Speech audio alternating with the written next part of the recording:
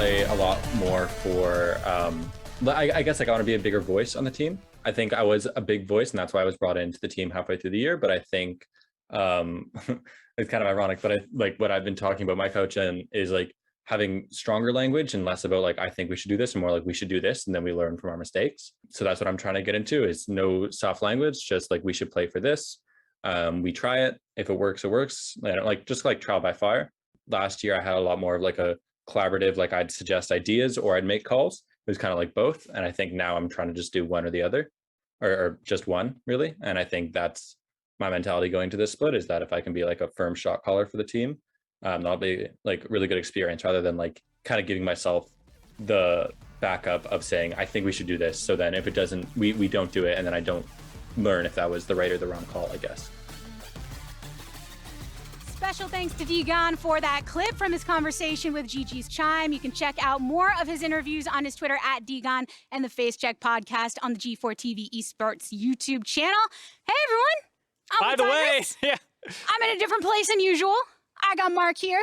What to do? I'm excited. I'm excited to be your wingman on your first official play-by-play cast on the LCS. This is exciting. I know. I'm super stoked. I actually had to come scout out where it was before because I realized I've never been this high. You're usually looking up from behind. Yeah, I didn't even know where the stairs were. So luckily I didn't get lost, and I'm here to join you for what's Thank God you made it. Yeah, I'm super stoked. I'm also stoked about Golden Guardians and TSM. This is a must-win game for both of them in the end, falling towards the bottom portion of this group. So really trying to make it to that knockout stage. But it's been interesting to see what they pull out against a lot of the other teams, especially having their academy rosters fielded. Yeah, I mean, these are the two teams that had to go full academy into the lock-in tournament. TSM still have their, boot camp that they did after their large combine, scouting out all those players, haven't brought them over.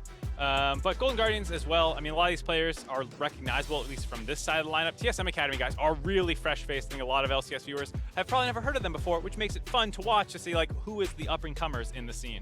Yeah, really getting to know what they bring to the table here in the LCS. I had spent a lot of time the past year or so watching Academy, casting some Academy, so no cap, I was super excited to find out that GG and TSM would be my first matchup, because it's been so wonderful getting to see them evolve. I mean, Golden Guardians, for instance, we talk about the number of games that they have under their belt, right? Competing both in Academy as well as the Unified Grand Prix and the LCS lock-in, and seeing what they can bring to the table. I mean, most teams, in the regular season, if they don't make playoffs, they're just playing those 18 games and that's it. Yep. The fact that they play, I don't know how many games over the last week and a half, but it has to be more than that, I would assume. Yeah, it's a ridiculous amount, and it's very much in trend with Golden Guardians' approach to how they like to take on practice. Golden Guardians Academy last year, for instance, between the end of their Academy season and when Proving Grounds started, already got 27 additional games through their third-party competitions, and it looks like they're going with that same trend. Ryoma speaking out in interviews about the fact that they're able to take each of these games seriously to make sure they're evolving as individuals in a cohesive unit. Yep, so going through the draft, you heard them talking about earlier on in the cast about the rising priority of Corki. Seeing globally a lot of people going for first pick on it. It hasn't quite risen to ban priority for a lot of people. You still see it, Caitlyn, the TF in a lot of the times, but a lot of the power picks have gotten through here. Golden Guardians saying, nope, we still prefer the TF. Go ahead, TSM Academy, effectively, we don't expect to be able to pilot a global focused champion strong enough to outdo the scaling of Corki. We'll have to see if they can actually put him in their place for TSM. And Ryoma being such a trusted individual to pilot a pick that has been so core to a lot of the compositions. Meanwhile, on TSM's side, obviously taking the Caitlyn off the table, a couple enchanters as well. Chime having a lot of prowess on the engaged supports, but really leaning into some of those meta picks. So instead, you want to take him off of something like the Lulu that can really enable a Jinzhou, for instance, that just got locked in on the opposite side for Iconic. Yeah, a lot of focus down on Chime. We'll see if they want to get a specific matchup or just limit the scaling potential, because even combos with the jungler too. Talk about a lot of the combinations with Xin Zhao, that's all off the table. They already have their entire top side of the map locked in. The Gwen, Corki, and Xin Zhao all taken straight away. We've seen 80 carries kind of dropping a priority. It felt like last week what happened was a lot of people would take the safe picks, which are usually jungle and 80 carry, because it's hard to just counter them out right immediately. And since then, people have been like, most of the power picks don't have that many counters, so we're just going to actually grab our solo lanes right out the gate. And so TSM trying to match them somewhat. They did grab the victor in response to the Corki. Didn't want that one to get banned out. We'll see what Golden Guardians targets now. Probably top lane bans for the most part, as TSM just keeps throwing more at Chime. Yeah, the Yuumi is something that he had recently played in their Academy game and actually did struggle a little bit to get some effective ultimates, but it was because the composition overall lacked a little bit of that go button. So if they have something like the Jindao or something, they can actually make plays happen for their team. Excited to see Tony top on that Gwen too, but oh no, Akali. Sag banned. I wanted the Chemtech assault Akali. I liked Whippo's idea. I was watching MidBeast stream and like some of his videos about the Chem Tank Akali to prepare for it. He was thinking like, what other mana-less champions can go up? Because most mid laners, you're still going to need some kind of mana problems if you don't go any sort of item there. And then Whippo was like, well, if you put it in the top lane, I'll just go Rengar. There you go. So I'm curious to see what people will continue to do if Chemtech is just this broken item Chemtank on more than Akali, or if it's just this Akali specific thing. I think it'll be something to keep an eye on in the meta, or if it's just going to get nerfed as outright an item in the next patch. While we don't get to see any Akali play in this game, we are going to get to see a Graves hovering the Vayne for a moment, which was the threat over on Viper's side, but another prominent pick that's been coming to the table. Yeah, the Graves into Gwen was a matchup we saw earlier in the day. It should be a little bit more favored for the Graves early on, I think, than what we saw when Someday took the Gwen and was actually just in control of the matchup, it felt like the entire time. No TF to support this time around, of course, so a couple more of those range matchups that would potentially bully as well. The Jace taken off. Here, Jinx, Thresh locked in. Surprised to see it available so late in the draft. Yeah, you ban out all these other supports and just leave up Jinx Thresh. I guess that's a shot at Chime's Thresh that they're like, we don't really care what else you play. Your Thresh is just not good enough. Especially in such a high-pressure game where you're determining whether you're going to have a spot over in that knockout stage, but instead it is the Aphelios locked in. I believe that Instinct has played Aphelios for every single game here on the LCS stage thus far. I mean, it's nice to have a couple players who are willing to just spam pick the same thing, give you some stability in your drafts. Because Viper does get a lot of these crazy counter picks in the top lane. Someone's got to sacrifice to enable that to happen. So far it's been Instinct, but I have still seen him not just play it in the back foot, you know, like, yeah, Viper's aggressive. I'm aggressive too. I've seen a lot of his kind of Gale Force ins, trying to find pickoffs. I've been impressed overall with the TSM mindset. Yes, they are still a very young team, a pretty inexperienced team to a lot of their competition, but this is one of their best opportunities. And they did take down that FlyQuest last week, so definitely gotta give some respect to them. And it wasn't just because of some faltering over on the FlyQuest side. TSM showing their own prominence, and Instinct being one of those bot laners that we are still looking to learn more about. Him and the rest of the team being vocal about the fact that he's a new pickup coming over, I believe from the 100 Thieves Next side, now making his way into Academy, and is still in that moldable stage. He doesn't really quite have a style that he's locked into, willing to try different things, and right now by having a consistent pick, can work more on the team macro and synergizing with his teammates. Definitely. I think this is going to be an interesting game. I really want to watch the top matchup because, like I said, when we watched the 100 Thieves C9 game, it went very heavily in the Gwen's favor. This is the second time the Graves has been counterpicked into it. And the top lane meta in North America has been a little different than the rest of the world. We see pretty much zero Renekton priority. And all week as I'm watching the LPL and the LC games go through, Red side banning out the Renekton in the first phase of bans, and we just keep seeing it go through here. So maybe there's a different read that they have here in North America, and we'll see if they can start actually using these counter picks to punish the Gwen blinds that people have been taking. And nobody wants to feel the bite of that Gator, but everyone wants to find a way to try and take down the Gwen and the dominance that she has shown across the board. But here we are, everybody, on to the Rift we go. Golden Guardians taking on TSM to fight for that spot, and when we're talking about that top lane matchup in terms of champions, I think the players piloting these picks are very exciting as well. Tony Top has brought in a lot of experience, loving those split pushes and being able to carry on his own right. It's kind of funny where like the biggest mismatches for each team are just totally opposed to each other. The most experienced player on TSM is Viper. The most inexperienced player on Golden Guardians is Tony Top. And then on the side of Golden Guardians, it's a bunch of people who played in the LCS last year, basically, and a bunch of players who you might have never heard of if you don't follow the Academy scene for TSM. So this is a situation where I expect TSM to try and get Viper ahead against Tony Top as a potential weak point that's a little less experienced. And then the rest of the time, I mean, Golden Guardians, probably playing around the Jinx Thresh lane would be my the most expected thing, because the Corki, you just don't play around Corki early on. Jinx is just too powerful or something for you to ignore when it comes to the power that she offers to the rest of the team. And Viper, even though it had been a bit of time since we saw him on the LCS stage, he's been putting in the work, a Proving Grounds champion of last spring, finishing 4th with Immortals Academy during summer, and now here showing out in the LCS. Yep, so as expected, a lot of control for the Jinx Thresh lane early on. The Jinx Rockets combined with the Thresh range means it's pretty easy to control the lane. You see them kind of pulling it forward a little bit. I like this. You also have the Xin Zhao starting on the top side, both teams clearing top to bottom. You know, like you heard in the cast earlier, the Graves kind of wants to be on an island, just be able to perma push the entire time, and both people want to end their clears around that bot lane where the most action is expected. And then speaking on that bot lane and the way that it was shaking out with Jinx and Aphelios being so prominent, wanting to get stronger into later portions of the game, Yurson and Chime on the picks that are gonna allow them to roam and affect other portions of the map and be very effective in the team fighting as well. But already a shove up here on the bot side, Stixxay getting plenty of CS under his belt off of the aggressive ways that they were able to pose. Obviously, when you're playing something like the Thresh, you can continuously threaten with things like that death sentence, so that Instinct has to be careful to not get popped.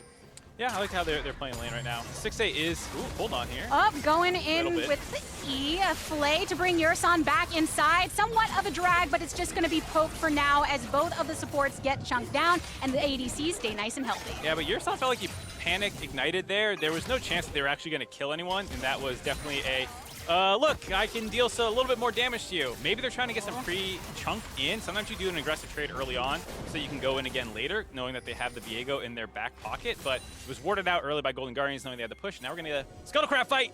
Oh boy, haven't seen many of these in Season 12 ever since the changes to the early Scuttle Crab. Hyper's just going to let that go over to Iconic.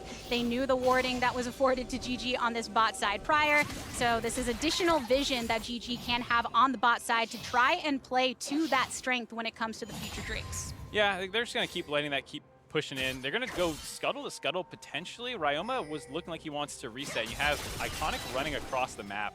There's going to be a TP back in from Ryoma, and they're going to be able to get the double Scuttle Crab here.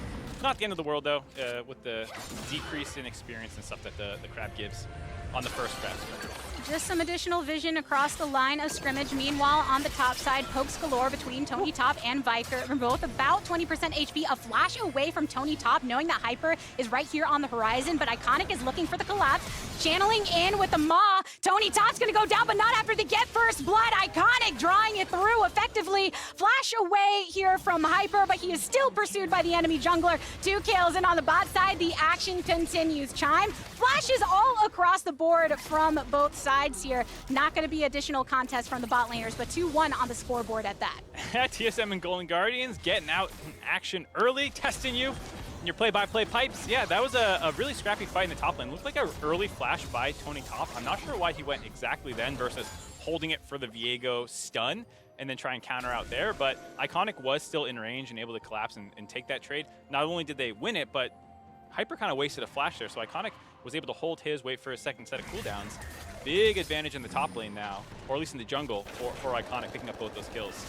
Kind of quick fingers on the side of TSM, but a little advanced with their Summoner Rift. Yeah, and so this is what I'm talking about here. I think he knows, like, when the ward gets swept out, obviously he's like, oh, I gotta go, but I don't know why you had to flash right then. Here it'd be really nice to have so you can try and flash over to Iconic and dodge out on that stun. He does time it with his reposition, so he kind of ate the stun during that movement period and could then get damage back out. So that portion was played very well by Tony Top about when he actually used his movement ability there. Well done to still make the most of a bad situation and set up Iconic to get those 2 kills.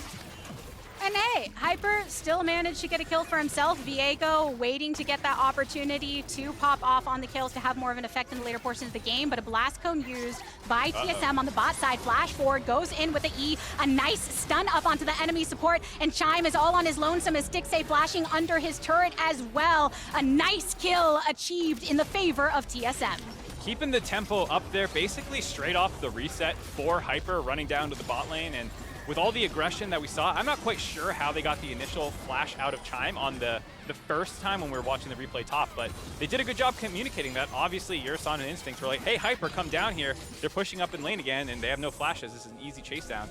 And they're going to potentially keep repeating onto the Thresh. I mean, Thresh is a lane-dominant champion with Aftershock, which he actually went Guardian here. I'm a little surprised not to see the Aftershock so you can't get exploded like that, because that is one of the things. If you start getting targeted, you can kind of get chain killed here. The Flay angled it a little bit, and Yurson was able to sneak through, and then just really easy to kill him here. And I like the reposition by Yurson there to be like, okay, you guys have the Thresh. I'm going to go after Stixxay and force his flash. And Yurson and Hyper in particular is a duo that we need to keep our eyes on in terms of TSM's success. Because earlier on in the week when they were playing the Academy games, they did falter a bit, keeping some losses when they weren't quite on the same page. And their victories when they 2-0'd in their most recent matchup were because it finally felt like the support and the jungler were on the same page. And getting to see that execution of plays, capitalizing upon the absence of summoner spells is something that you want when going for the victory. Now past 7 minutes in the game, level 6 is unlocked. Corki's first package should be up soon. We'll have to see what they choose to go with. They might not be able to control the bot lane anymore. Like we were saying, that's going to be one of the strong points. And when you're a new team starting out, you want to have some early game plans. Hey, we have bot control most of this game with the Jinx Thresh. The Corki package will be a great time to go for first dragon. Let's try and do something like that. But once those things start going awry, that's when the veteran leadership becomes very useful to be like, hey, I've been in a situation like this before. Now let's make this adjustment. They don't look like they're totally out of control of the lane phase, but you can see how much more, how scared Chime is now compared to how he wants to be playing the lane without his flash. So maybe turning towards those veterans, as we mentioned before, with those objectives on the rise. Dragon on the bot side has spawned. We're at the 8-minute mark, which means not only is Corki patch available, but the Rift Herald on the top side for someone to execute and take for themselves if they desire. Yep, here's the package. Well, see what they choose to do with it. They have really good vision control in the bot river. TSM has snuck a couple wards past the actual vision line. They have one on the jungle entrance as well as the river brush there right under mid lane. But for the most part, Golden Guardians are going to know where Hyper is showing on that ward. They're pinging that. We'll see if they want to contest this or if they feel a little too weak. 6 on Stixxay and Instinct. Support's still looking. Yeah, Iconic hovering around this bot side. Hyper keeping his eyes on the Drake that he's pulled out of the pit somewhat after controlling or clearing out one of those control wards. Manages to finish it up, but over on the bot, a nice hook onto Yurson and the Flay to continue. The attempted ultimate from Instinct on the opposite side, but it does not net him a kill. Instead, they lose 2 on TSM's side, and Golden Guardians coming up with an advantage. Yeah, kind of a slow burn response by Golden Guardians there, not rushing to contest the dragon, saying, yes, you can take the dragon, but Corki, Ryoma pushes in mid first, so the Victor has to choose exactly what he wants to do, and that allows him to basically go 1v1 Hyper after the dragon. Meanwhile, Iconic showed in the lane, and it felt like TSM were a little unsure. Are we supposed to go help Hyper, or are we supposed to just run underneath our turret? And it was a nice hook by Chime there to set that kill up. And one of the biggest things that on the Golden Guardians roster that you're looking at is Iconic. His time spent within this particular lineup is in hopes of getting him to be more vocal, taking that leadership role as a jungler, and seeing when you can find those opportunities to capitalize upon some disarray that TSM might find themselves within this game. 3v3 hovered around this mid side, but the warding is in TSM's favor, so they're not too worried about any potential plays from GG. Yep, both supports showing up, seeing if the other team was doing the Rift Herald. Not quite yet. We have the bot laner's left alone, and Instinct just got his recall off. Wasn't able to finish his Gale Force there, unfortunately. Not quite the position you want to be in when, hey, every ADC loves getting that Gale Force, especially immobile ones like these. But we're finally getting to see some Rift Herald action here, prioritized by TSM. We knew that this was coming based on the vision that they had established before, and GG not wanting to contest it, instead going and retreating to their lanes. Yeah, there's a bit of an assist me ping there by Stixxay. It looked like they weren't sure if they wanted to contest the Rift Herald or not, and enough people stuck around that he couldn't get quite as much chip damage down onto the turret plates as he wanted, but they're still trying to make the rotation faster than the rest of TSM who have to get there from Rift Herald. They have a bit of an inside track now, getting behind Instinct.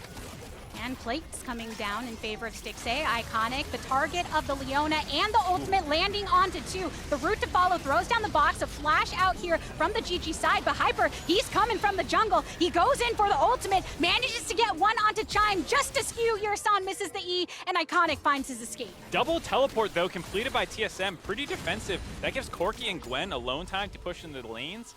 2 kills, or a kill and a flash, I guess, for Iconic.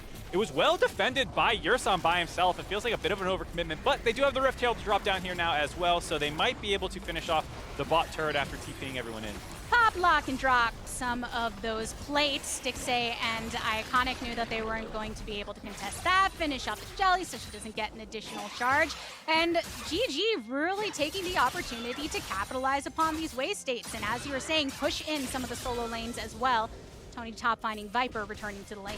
Yeah, it's like one of those times where everyone wants to be a team player, but maybe you're being a little bit too much of a team player. I mean, we'll see if we get another look at it, but Yursan actually stuffed that dive on his own. And it felt like everyone else was just finishing the TPs because they thought they were going to need them. And he's like, nah, I got it. And then the rest of the team actually could have just stayed in their spots.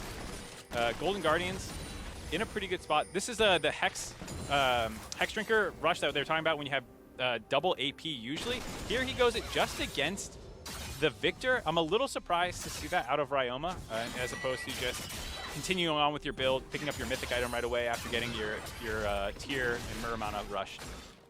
A lot of double AP in some of the compositions we've seen so far in the season, eh? Yeah, it's not too rare, especially if you're the side with the Gwen.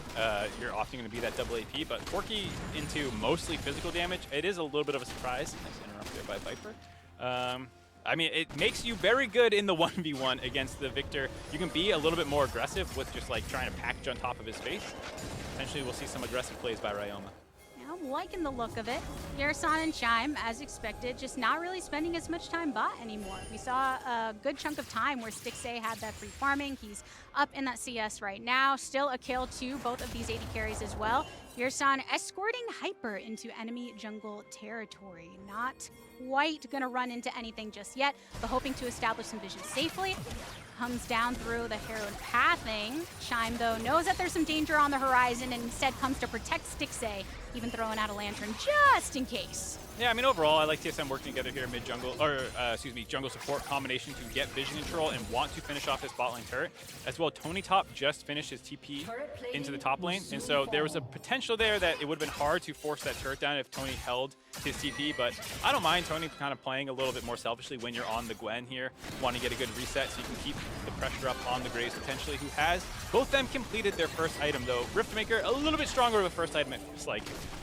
Just a little bit, and with that Riftmaker can try and pull some of the attention towards that top side if needed, while Golden Guardians off of their shove can go ahead and pick up this second Drake. The first one taken by TSM. Infernal now in their pocket so they can stop that stacking. Woo. And what do you know, it's going to be a Mountain Drake on the horizon. That feels good to look at too. The FTX total gold, your 3 carries, each 1, 2, 3 in the game. Golden Let's go.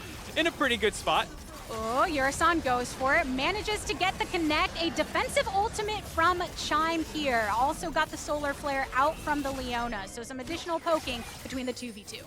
Yep, not too bad. I think it was a good attempt by Yursan. You weren't sure exactly where the Thresh was, but he was somewhat able to turn that engage back. No summoners forced out.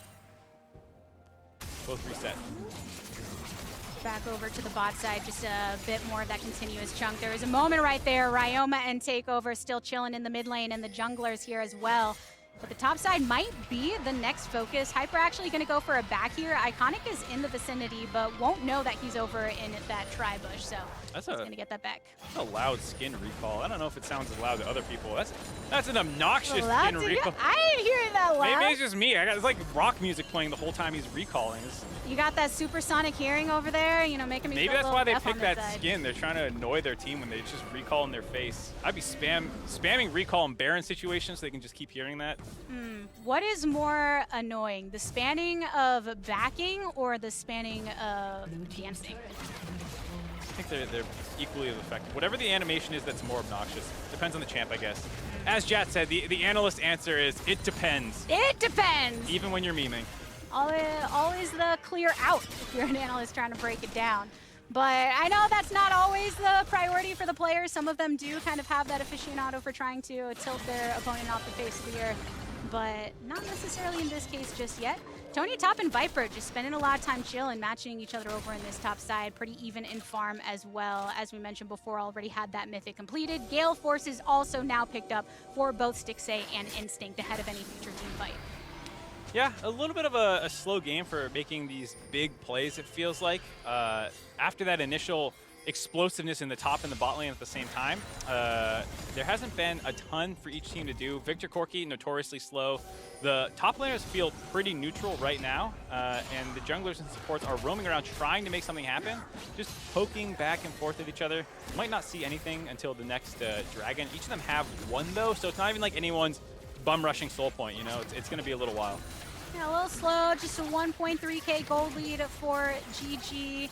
Even distribution of these objectives. You do have the Rift Herald up, the last one previously taken by TSM, and it looks like they're trying to pick another one up for themselves. Curious if Iconic and the squad are going to try and make any contest for it, but in the end, it's 4 members of TSM that have locked into it.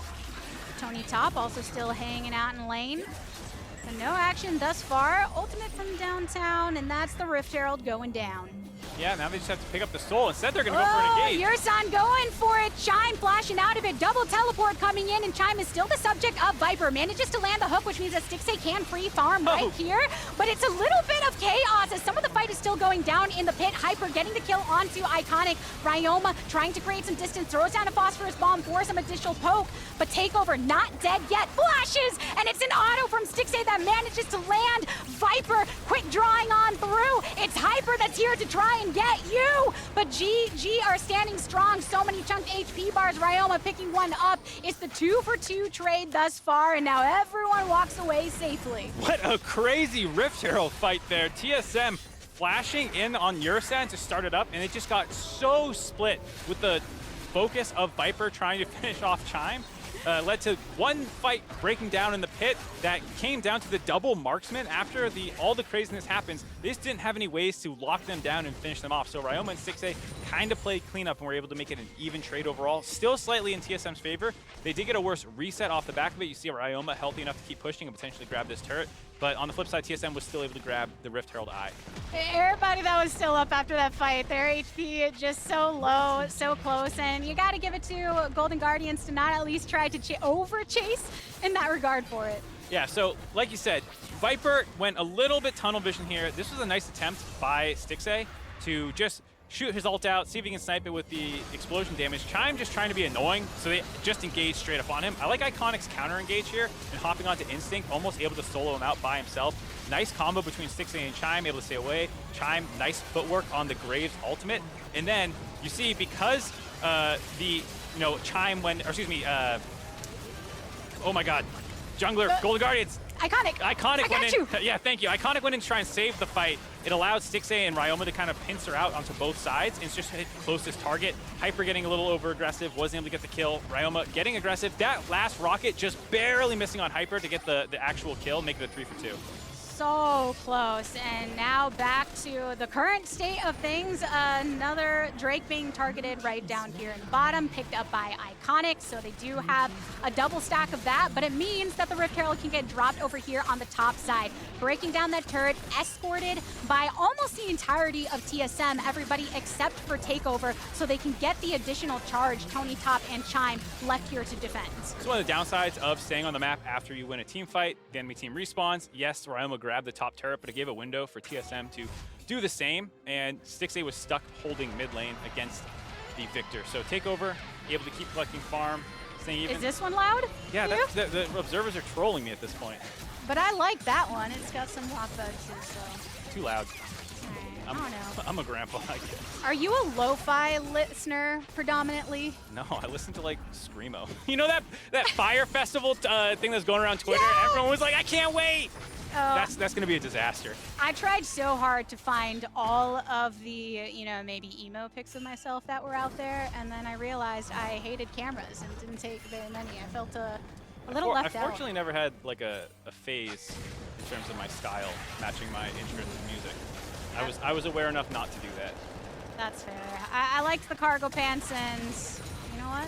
Just anything comfortable in Minecraft. But sitting nice and comfy really at this game. A little bit of that chaos that we saw around the objectives, but back to just a more tranquil state. Yeah, so in terms of scaling, I don't feel like there's a substantial advantage to either side. They both have someone who can side lane, but neither the Gwen or Graves really dominated the matchup and got super far off the ground. It should favor Gwen in the long run, but given that you're 0, 2, and 3, you're not very far into that game plan of outscaling the Graves in the side lane. So it's mostly front-to-back team fighting for both teams. You have the double marksman like we talked about for Golden Guardians, double backline for TSM as well in the Aphelios and Victor. Both have huge damage. A little bit better front line for the jungle position and Iconic and how the zone of control that Xin Zhao can give. But at the same time, their team has Leona. So both teams are actually very similar and very fragile front lines as the game goes on. You can easily get exploded if you get CC'd. So it's going to be one of those touch and go situations where every time they're squaring off and staring each other down, anyone who missed positions can get insta-killed. And making sure that both teams are prepared for those team fights when they come through, because we're at that teleport territory unleashed for Tony Top and Viper, holding on to those and having them at the ready so they can join the team fight whenever necessary. But doesn't look like we're going to get some of that action yet. Right now, just continuing to establish some of the vision over on that top side. It is dominated by a couple control wards from TSM, so they know that Golden Guardians are pushing up into their jungle at this point in time. Yeah, good job by Golden Guardians working their way in here. They've had a gold lead now for a little while. It's gone back and forth between 2 and 3 gold, K gold effectively. A takeover. Whoa! Takeover! Ryoma said, nah, I'm going to stop you right there. Nobody likes seeing you around this top side, so they eliminate him and just back off nicely to clear some of this wave. Exactly what I was talking about with that Hex Drinker pickup. You feel a little bit more comfortable just falking on top of the gravity field. You're not worried about getting 100 to 0 back with that extra defensive item picked up. So very aggressive play by Ryoma, who has quietly been having one of the better group stages for mid laners in Group A. I mean, obviously, Abadaga and Fudge are in that conversation as well, but Ryoma has gotten a number of solo kills over the course of this lock-in stage. So pretty impressive showcase for him as someone who's been effectively one of the best mid laners in Academy for the past year or so. And very vocal about it in his interviews too, acknowledging that, hey, I feel I proved I was the best mid laner in Academy. I want to do so again. When he stepped down from the LCS roster and into the Academy system over on 100 Thieves, he was very much in an improvement mindset and trying to make the most of it. And I think people are wanting to see what he does under a different banner now, and if he can continue that growth that he has been working on for so long at this point. Alongside a lot of the other players within this game, we talked about the fact that TSM, a lot of more unfamiliar faces, and having that chance to prove themselves is right now Golden Guardians escort that mid wave so that they can take that turret. Yeah, a little bit better macro by Golden Guardians, both in terms of grabbing that turret as well as the vision control around Baron that allowed Ryoma to find that sneak up opportunity on to takeover. And I think that is one of the advantages when we talked about the amount of veterans on TSM versus Golden Guardians. Viper, even as the veteran, is not that veteran compared to someone like Stixxay. So there's a lot more leadership available. You saw those assist me pings during some of the rotations around Rift Herald where Stixxay was kind of, you could tell, verbally telling his team what to do. I think this is one of the things that might work in their advantage over the course of this game as we get into these objective setups. Stixxay is literally a coach now. I think you can look to him to kind of hold together the team in a mental and strategic perspective. And I'm sure enjoying this additional time on the Rift as well. Gotten to see a lot of aggressive play from him, whether it's on the Jinx or trusted picks like the Ezreal, and having that experience with Chime in particular so that they can bring that through in their performance. Yeah, and TSM there, you see they ate 1 or 2 rockets from Ryoma. They weren't even that chunked out, but the difficulty of walking forward once Golden Guardians gets vision control set up, potentially getting hooked out, having to worry about the Jinx zap slowing you, just any poke that comes through. So now that they've fallen behind up to 3K gold now, and here comes the aggressive package. Similar movement again, the package going all the way to the back line to try and get some of that pick onto Takeover, who did flash away.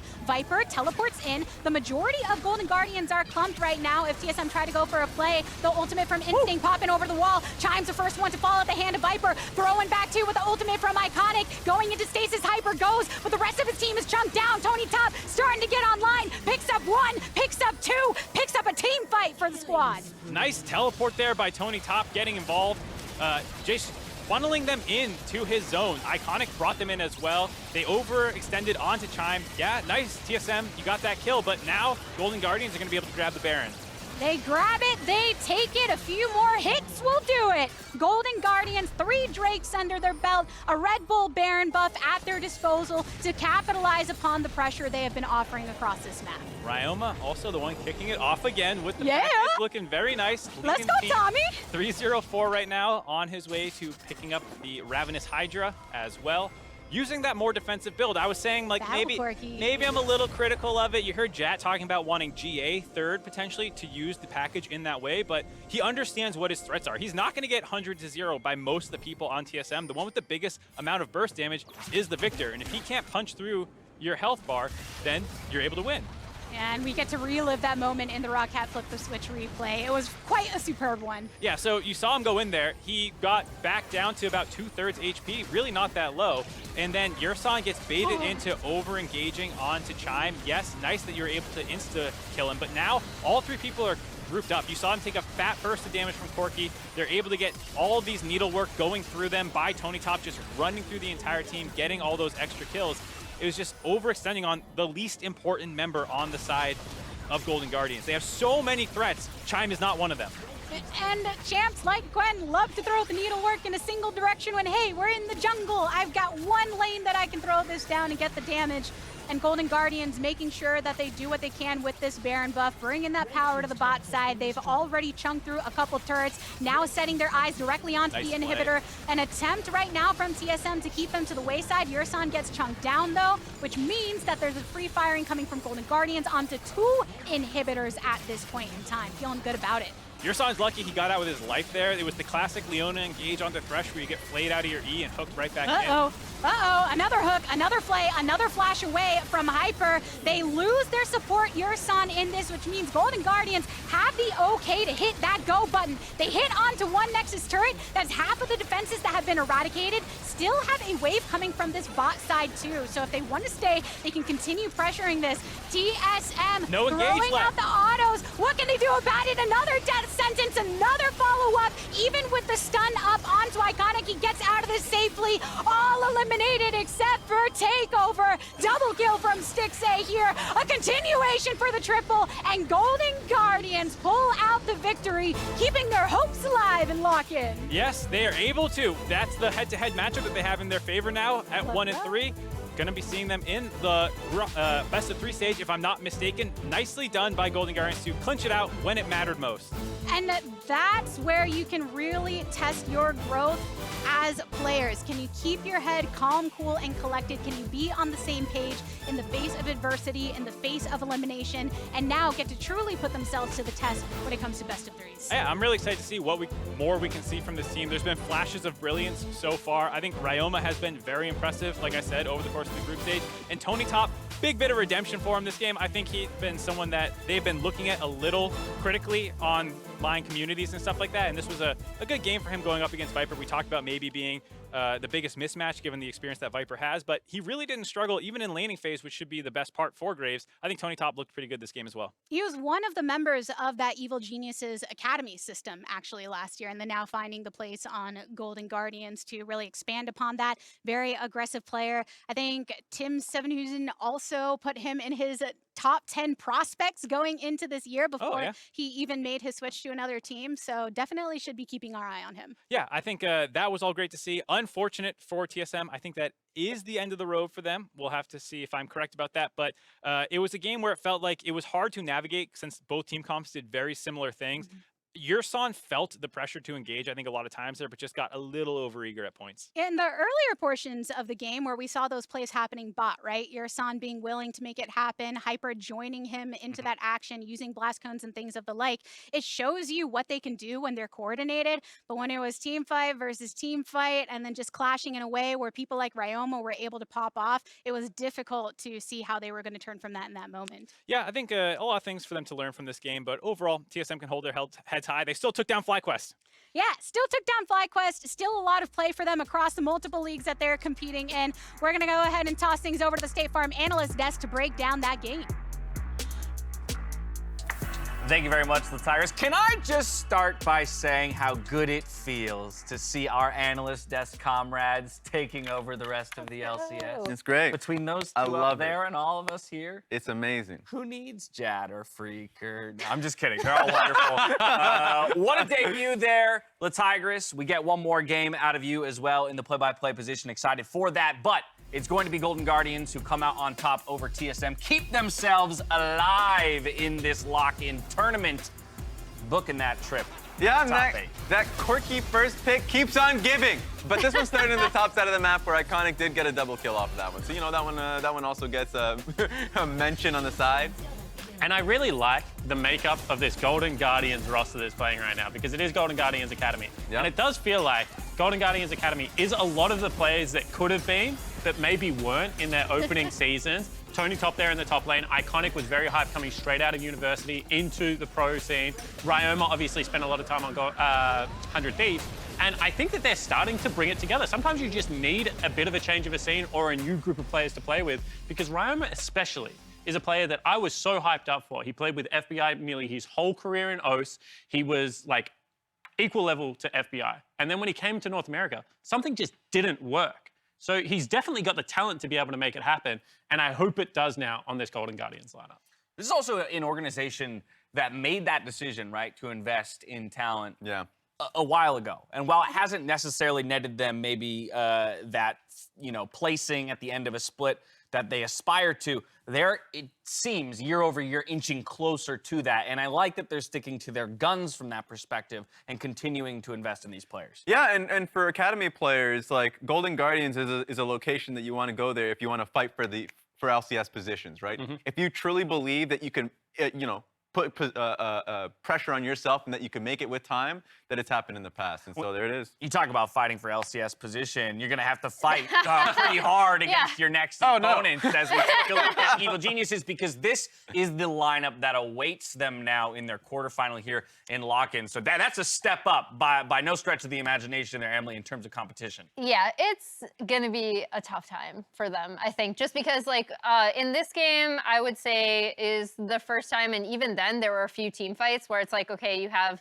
someone coming in slightly late. That last team fight that was the game decider, I think, you know, maybe, oh my gosh, Iconic could have gone in a lot sooner because he is the Xin Zhao. He has like a deceptive amount of tankiness along with the Gwen. They did end up cleaning up that fight anyway. However, going up against EG, a team that we've talked so much already about how well they've clicked together as a unit, that's really, really going to be tough.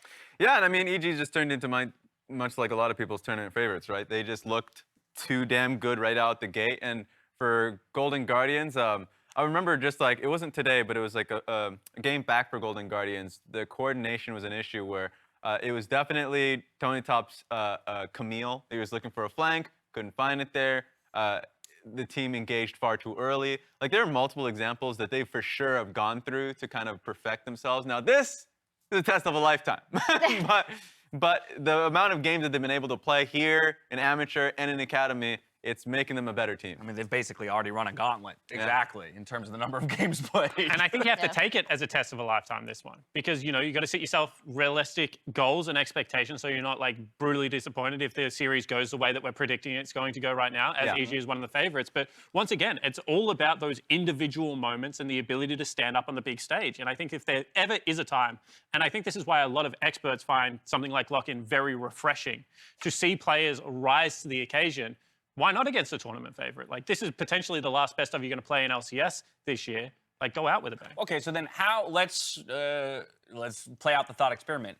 What kind of goals do you set then for this Golden Guardians roster going up against EG, ignoring the win itself? Well, once again, because I know him the best, I would be really challenging Ryoma to be like, okay, you're going up against Jojo, a guy that's coming in as one of the most hyped prospects ever in the LCS. You were the guy that could have made it and didn't. This is your opportunity to now get some of that thunder back. You know, you go in there, you beat Jojo in lane. Like, let's say they only play, like they get 2-0, but you beat him in lane twice. Yeah. That's going to be a big tick for someone like Ryoma. And I think down the line, you can set individual challenges like that for a lot of the players. And similarly, the way that EG have played around their bot lane, 100 Thieves do as well, but EG have been so much more focused on making sure that, you know, Danny's laning phase is improving, making sure that Vulcan gets those really crucial roam timings to set up everything else. Yeah. You heard Chime talk about how he wants to prove himself again as someone who is LCS ready an in-game leader on the team and also being able to initiate some of these plays, that sets it up really well for him. And I'm just saying, Bard is an option. Bard, good. yes. It is an I consider it a success if they pick Bard. Just pick Bard. Matchup Just do against it. Vulcan is going to be a tough one, especially when you consider all the things that Emily just mentioned in terms of how Chime wants to grow as a leader. Now let's go ahead, though, and join Pastry Time, who's standing by with Ryoma for our Verizon post-game interview. Woo. Thank you very much. I am here with the victorious Ryoma here. How's it been, man? How's been playing in lock-in? Not bad. It's been pretty fun actually. I feel like I mean I guess I'm playing Corki Corki for majority of the games, but you know it is what it is. Yeah. What is actually? I mean, I know you joke about it, but what is the mid lane meta like? Is it all control mages? Do you just have to pick these champions, or is there maybe a little bit more than the matchups we've seen? Yeah, I mean, I guess it was just like the old meme Corki Azir. Well, I guess now it's like kind of Corki Victor, but I mean Corki's just pretty fucking strong right now, so I feel like priority. I mean, I think across all regions it's going up, so and win rate's pretty high. And how is that for you in this game then? Obviously, you have the powerful champion in your hands. It kind of gets the late game. You need to make the big play. How was the end of that game for you, piloting that champion? Yeah, I mean, I think it's all about like I think at least early game, like, I mean, in my opinion, I think Victor should win early. Like, you should try to get some advantages off that, where it's like just a lot of lane pressure, I'd say, because I think that's the hardest part about Corki, just making sure he gets through the early game. But once he gets through the mid game, you kind of start piloting everyone and then trying to maximize, everything on the map. And once those objectives come up, you start packaging in and start farming people. Yeah, makes sense. Doesn't look like in that game. Last question from me, and it's a bit of a different one here. Obviously, you've been here for a little while now, kind of adjusting to North America. You've seen FBI, one of your former teammates, do very well here in the LCS. How are you feeling about yourself, your play, and kind of your personal journey as you continue your professional career here?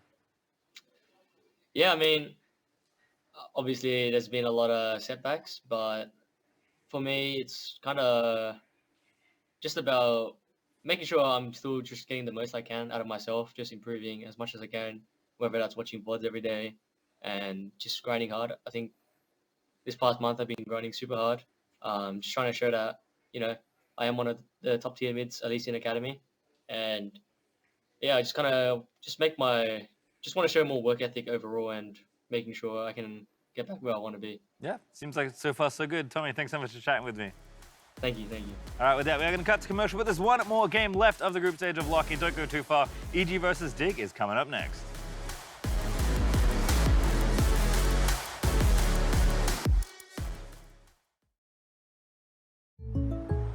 What is going on? I can't afford streaming anymore, so... Sure you can. State Farm has rates that fit your budget. Oh, good. Because some true crime would be nice. Like a good neighbor, State Farm is there. Call or click to get a quote today. Oh.